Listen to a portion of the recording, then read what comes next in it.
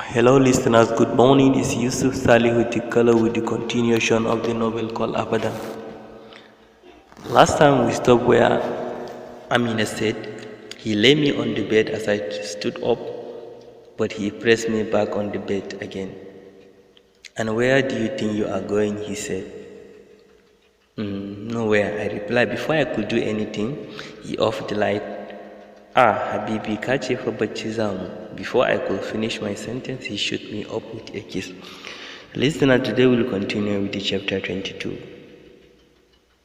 I don't know what's up with Muhammad about going to see a doctor. Oh, well, I am perfectly fine and I am not sick. Or whatever. Just then he came into the room. Baby, wai kina nufin baki shirya bane? You know we have an appointment, ko? He said, Ni fa na faɗa maka I am alright, I replied. He frowned his face and walked toward me. He picked me up and walked toward the bathroom. Get ready ko kuma ni na miki wankan da kaina. Bar shi kawai zan yi, I replied. He smiled as he put me down and walked off the bathroom. I quickly freshened up. I came out and saw him sitting on the bed. I bowed and walked toward the mirror. I was applying lotion on my hand when he hugged me. Is my baby angry with me? He asked. And I did not reply back. He grabbed the lotion from my hand and helped me to apply it. He walked toward the closet as he got me some clothes to wear. He helped me to get ready in a yellow lace as he held me a matching veil. He held my hand and whispered, "You look beautiful, baby," in my ear as he pecked me on the lips, which made me to blush. "Am I forgiven?" he said. I nodded my head as he pecked me again on my lips. "Okay, let's get going," he said, grabbing my hand in his. As we walked toward the car and drove away to the hospital. As we walked toward the hospital, he made a call as I held my hand. He walked into an office. There was a young woman to which by age is far older than both of us and maybe mama age. She smiled to both of us as she said, "Yawwa, mamman, na gani, yaushe rabo?" She was smiling. "Ayya, Umma, I am so sorry. I was so caught up with work and all that," he replied. "MashaAllah, you brought your wife along," she said, smiling at me. I bowed down and greeted her as she held me and pulled me in a warm hug. "Lafiya kalau, my daughter. I hope my son baya takura miki ko?" she asked as I smiled shyly. We both took our seat as she turned to Muhammad. "So, what's wrong? Na ganka asibiti," she asked. "Yawwa, Umma, I think something is wrong with Amina. She almost sleeps 24 hours a rana. The food she is eating is not healthy. Always shawarma, yogurt and all that. Shi ne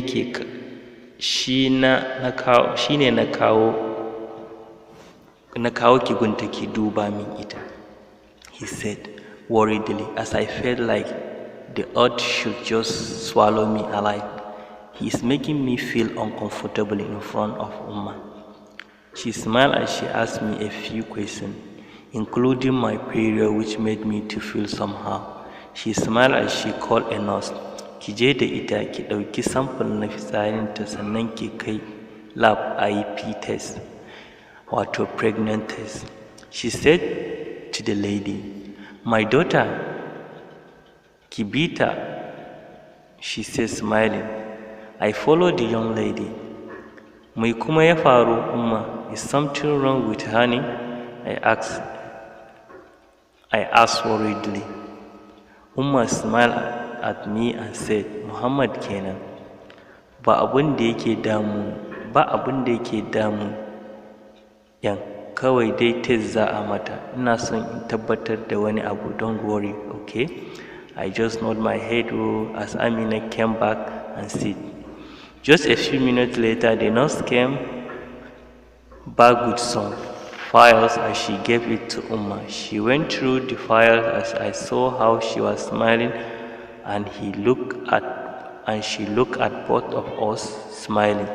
Okay, how will I say this to you? She said, still smiling. Menene Umma? I asked worriedly. To wannan abun dai she said, Haba Umma, please tell me, I asked. She smiled as she said, Congratulations, my son, your wife is a month pregnant. I let the word sink into my head. Do you mean pregnant for giving birth? I asked. Kajija Iri, I mean you are going to be a father, she said. I looked at Umma and back to Amina. I was far beyond happy and I go down in sujood and pray. I pick up Amina in a bridal style as I trail with her. Alhamdulillah, we are going to be parents, Miamu. I love you so much. I almost shot kissing her all over her face, forgetting that Umma was still there. I heard a door close as I looked around and found that Umma was not around. I scratched the back of my head as I looked into Amina's eyes. The moment Umma announced that I am pregnant, I felt something. The moment Umma announced that I am pregnant, I felt something.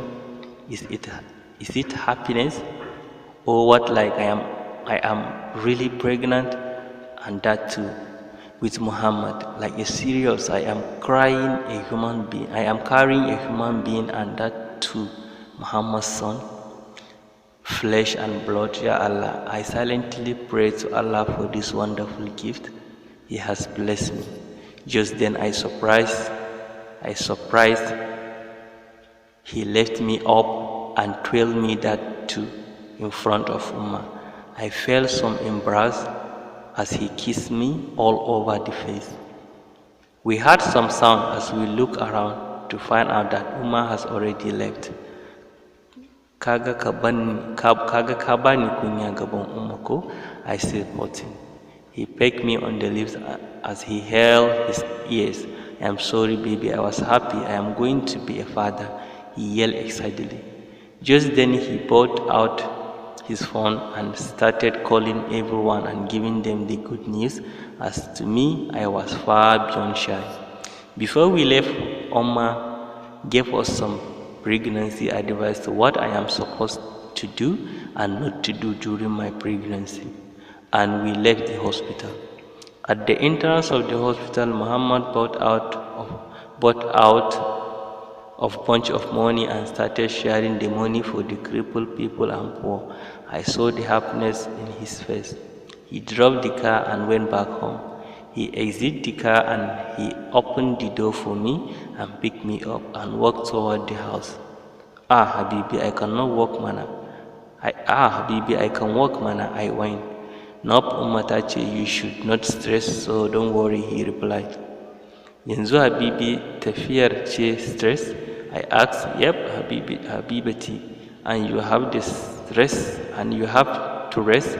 Don't worry, I have called Mama and she will send Salma for you, he said as he kissed me on my lips and tummy. As he laid me on the bed, where are you going? I asked. Don't worry, I will be back in some minutes, he said as I smiled at him. After some minutes, I heard Salma's voice at the parlor. I got up and walked to the parlor. She squealed as she hugged me. I totally miss my sister, especially this one. Sai yau kika zo gidan nan ko? Ya miki kyau, I said. Haba darling sis, ba haka bane. Mama ce ta hana wai za mu dame ku shi fa. Okay, naji. Ya su mama da su Aisha? I asked. Suna lafiya kalau. Sun ce na gaishe ki, she replied. Congratulations, darling sis. I am gonna be an aunt, she squealed. And how did you now T-Rat know about it? I asked. Yeah, Hubbi was calling everyone and telling them, she said, smiling. I smiled at her response. We went to the kitchen as we make some dinner since she bought lunch along with her. Just then I heard Muhammad's car. He walked into the parlor. They exchanged greeting with Salma as I saw her picking her bag. Ina kuma zaki je? I asked. Gida mana, darling sis, she answered. Gida kuma? I told you are spending the night over here. I asked. Mama ta ce na dawo, she said. Ko dai guduwa kike? I replied. Darling, say seriously, Mama ta ce da mijinki ya dawo na dawo gida, she replied. Bari na sa driver ya maida ki, Muhammad said as she nodded. He called the driver as we bid Salma goodbye. We were on the dining table eating as I looked at Muhammad. Ka ce ba za ka daɗe ba, ya naga haka? I asked. I am so sorry baby, something came up, he said. I nodded my head. We were done with the dinner as we walked to the rooms. Muhammad held my hand as he sat on the bed and me on his lap. Mi amo, you have given me the most priceless gift in the world. I am far beyond happiness.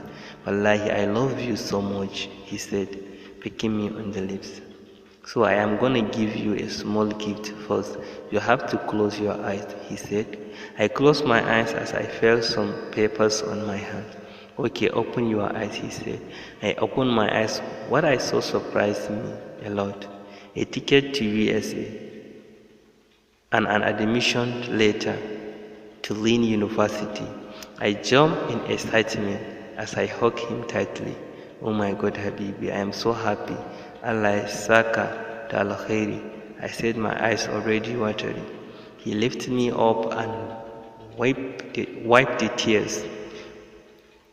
Why are you crying? In fact, I did not do anything first. Please forgive me because of me. Kika bar zuwa school, I am so sorry, he said. Ba komai Habibi, I said, hugging him again. Oh Habibi, we will be leaving in 2 days' time, he said as I nodded. I called Zainab as I gave her the good news. We talked for almost an hour. I called Mama, Nusaiba, Auntie Maimuna. Auntie Maimuna is not working with us anymore due to her illness, so Muhammad gave her a house and everything and asked her to stay there with her children. The following day, Muhammad informed me that he will be taking me to my house to spend some time with my family before leaving the country. And here I am looking forward to wear. Ni wallahi ban ma san kayan da zan sa ba. Shi kuma Habibi, I don't know where he went to. I mumbled. Just then Muhammad came